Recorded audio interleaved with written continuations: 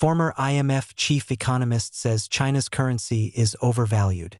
While many economists criticize China's long-term suppression of the RMB exchange rate and call for further appreciation, former International Monetary Fund chief economist Kenneth Rogoff stands out, stating that the RMB is overvalued.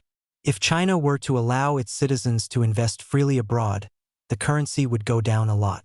So in that sense, it's still overvalued. Rogoff told the Epoch Times. Rogoff, a chair professor of international economics at Harvard University, served as the IMF's chief economist from 2001 to 2003. He is an elected member of the National Academy of Sciences and the American Academy of Arts and Sciences, and consistently ranks among the most cited economists. Rogoff's assertion differs significantly from the views of many other economists. Recently, as China's massive exports have damaged manufacturing and economic growth in the United States and Europe, a growing number of Western economists and officials have urged Beijing to raise the yuan's exchange rate. For example, Brad Setzer, a senior fellow at the Council on Foreign Relations, and Mark Sobel, a former U.S. Treasury official and current chairman of the Official Monetary and Financial Institutions Forum, wrote in a commentary that the renminbi is hugely undervalued, and it is high time for the authorities to promote strong appreciation against the dollar. Jürgen Mathis, an economist at the German Institute for Economic Research, pointed out in a July 23 report that the unfair undervaluation of the yuan against the euro is a major reason for Europe's trade deficit with China. Setzer and Sobel cited the IMF's external sector report released this summer, which stated that China's cyclically adjusted current account surplus in 2024 was 2% of GDP, 1.2 percentage points higher than the normal level. Based on this, the IMF estimates the RMB is undervalued by 8.5%. Another IMF report made an even more aggressive assessment.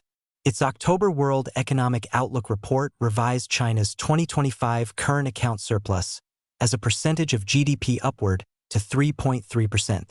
If the IMF's elasticity coefficient is used, assuming this estimate is broadly consistent with the cyclically adjusted surplus, it means the RMB is undervalued by approximately 18%.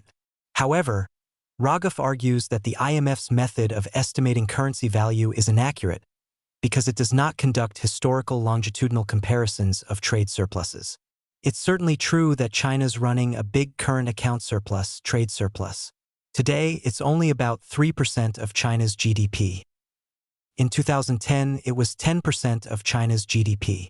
But the Chinese economy has grown enormously over the past 15 years relative to the world.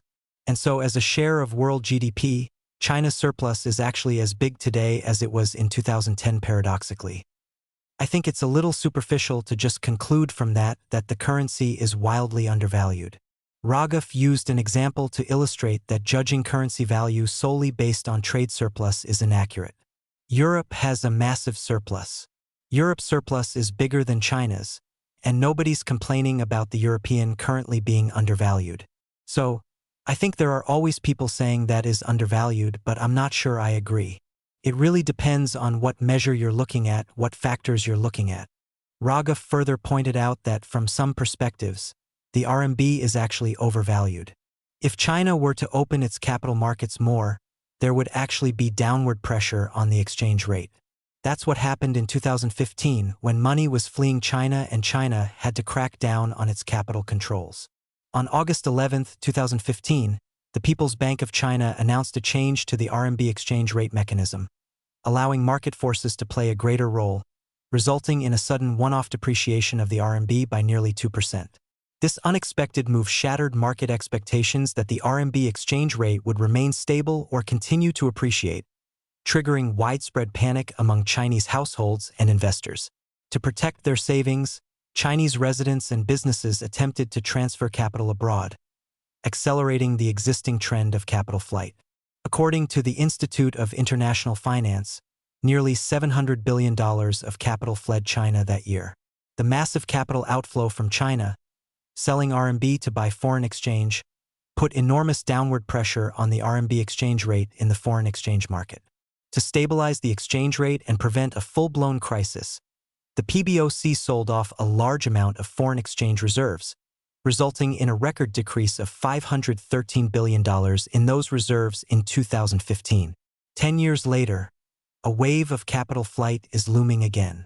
Data from the State Administration of Foreign Exchange show that in July this year, domestic banks, on behalf of their clients, remitted a net $58.3 billion overseas for securities investment, marking the highest monthly outflow since records began in 2010. Over the past 2 years, China has experienced record capital flight, with foreign investors withdrawing at a rate unseen in decades. China's sluggish economy has become less attractive to investors. A depressed real estate market, weak domestic demand, deflation, and the ongoing trade war with the United States. Furthermore, China's strict regulations, state intervention, and market access policies in key industries have worried foreign investors. Another wave of capital flight will lead to another depreciation of the RMB, something China is unwilling to see, as it is employing various methods to realize its ambition of making the renminbi an international reserve currency. Beijing encourages trading partners to settle bilateral trade in renminbi, completely bypassing the US dollar. For example, from September 2025, all trade between African countries and China will be settled in renminbi. China has also developed the cross-border interbank payment system as an alternative to the Western-controlled SWIFT network, facilitating renminbi transactions outside of traditional channels. Despite various efforts by China to promote the internationalization of the renminbi, one move has hampered its ambitions. On December 4, 2025, China set its daily reference exchange rate for the renminbi far below analysts' expectations. The People's Bank of China set the renminbi's central parity rate against the US dollar at 7.0733 yuan, 164 basis points lower than the average expectation of traders and analysts. This gap between the central parity rate and expectations was the largest since February 2022. Bloomberg reported that this indicates the central bank's desire to curb the renminbi's appreciation. Furthermore, Bloomberg quoted an anonymous trader as saying that state-owned banks have been regularly buying dollars in recent weeks to slow the renminbi's appreciation. Why would China do something that undermines its ambitions to internationalize the renminbi? Raghav said it's because China has more pressing needs. China's economy is in what we would call a growth recession. Growth has slowed tremendously. Unemployment is very high, particularly youth unemployment. So there's very weak demand in China. I think there probably is scope to do much more to raise domestic demand, but China's strategy has been to export its way out of its problems, and keeping a weak currency to the extent that they're doing that is very helpful, Raghav said. So yes, they want to become a more international currency. They're taking many steps, but President Xi has to deal with the here and now. And the problem is very high youth unemployment, rising unemployment more generally, still huge lingering problems from overbuilding and real estate and infrastructure, Raghav said.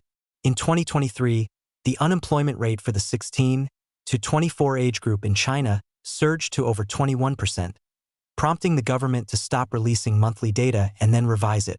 Even so, the youth unemployment rate in August 2025 was still as high as 18.9%.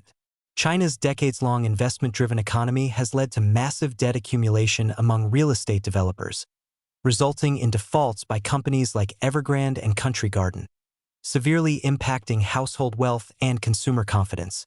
Local governments have financed large-scale infrastructure projects through off-balance sheet borrowing, creating a debt burden of trillions of dollars. So I think right now, although, of course, the long-term goal is to make the yuan an international currency, the short-term goal is to stabilize the economy, and that has taken priority, Raghav said.